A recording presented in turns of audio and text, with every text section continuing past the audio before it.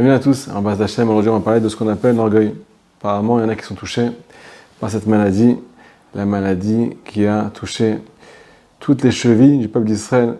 On a tous les chevilles, Baruch Hashem, bien gonflées, bien enflées, et aussi tous les plafonds sont touchés.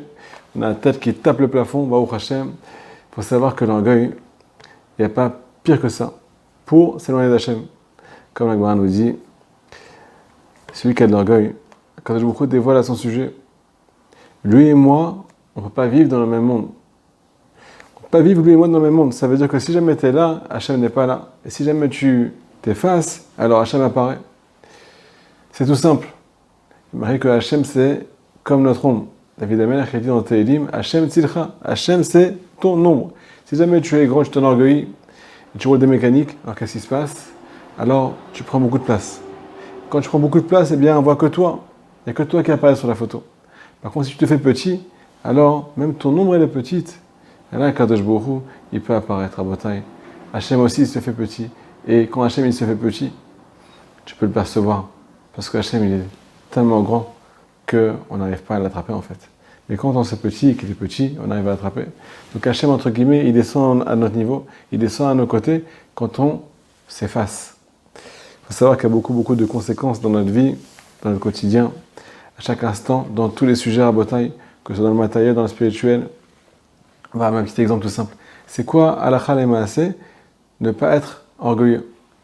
Ne pas être orgueilleux, aujourd'hui, ça veut tout simplement dire, selon Rabbi Nathan, selon Rabbeinu Akadosh, écouter la parole de nos sages. Avoir la emunat rachamim. Croire dans les paroles des tzadikim qui veulent nous diriger et nous amener dans le Gan Eden. Et dans le monde futur, et aussi dans ce monde-là. Il faut savoir que toutes les difficultés qu'on a, malgré notre volonté extraordinaire de faire des choses extraordinaires, parce qu'on est des gens extraordinaires et on est pas shoot, on est Or Ein Sof, on est vraiment une lumière qui n'en finit plus. Il y a des cas qu'on aveugle les gens, qu'on s'aveugle nous-mêmes. Si jamais on avait un peu de présence d'esprit, alors on s'annulerait à la parole des tzadikim. Les tzadikim nous enseignent que sans Emouna, on ne peut pas. Quelqu'un qui a de l'Emouna, c'est quelqu'un qui n'a pas de Gava.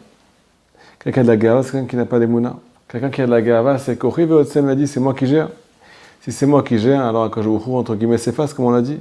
C'est toi qui es fort, c'est toi qui prends la place, tu as pris la place du roi, c'est toi qui tiens les rênes, alors Hachem s'efface.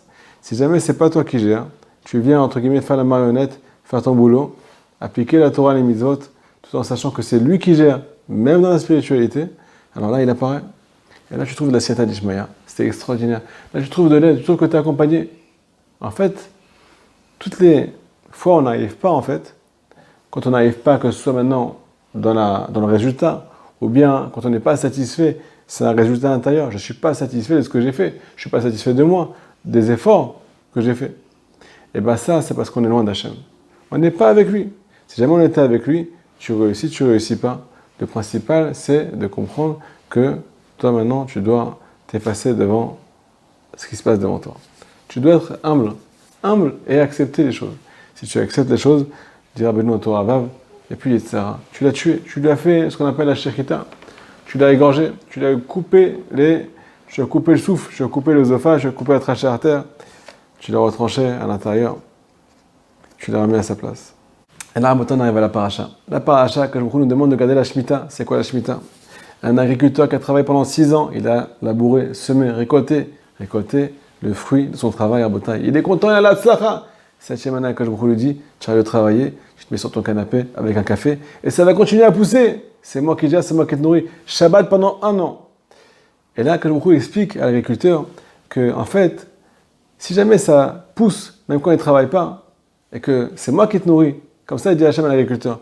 Alors, tu dois comprendre que les 6 premières années, quand ça a poussé, c'était pas ton travail. C'était pas que tes efforts. C'était surtout la Siyata d'Ishmaïa. C'est moi qui t'ai donné la parnassa. C'est moi qui t'ai aidé à réussir.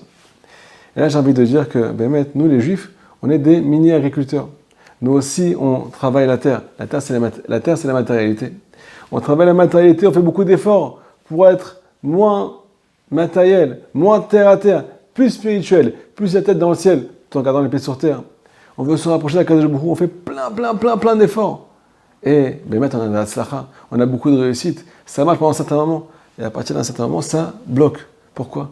Akadosh Baruch Hu te dit, Shemitah, maintenant tu vas t'arrêter de bosser, tu vas voir, ça va continuer à pousser. Qu'est-ce que ça veut dire, s'arrêter de bosser? Ça veut dire, comprends que tout vient de moi. Tous tes efforts pendant ces 6 ans-là, ils viennent de moi. C'est moi qui gère, c'est moi qui t'ai aidé à réussir. Et la preuve, c'est quand tu te mets dans mes mains et que tu lèves un peu le pied, que tu te mets plus dans mes bras et que tu comprends que c'est moi qui gère tout, alors là, tu as la slacha. Tu dois comprendre maintenant ce qui s'est passé pendant toute la période où tu as fait autant d'efforts. Chazak Baruch, Shabbat Shalom.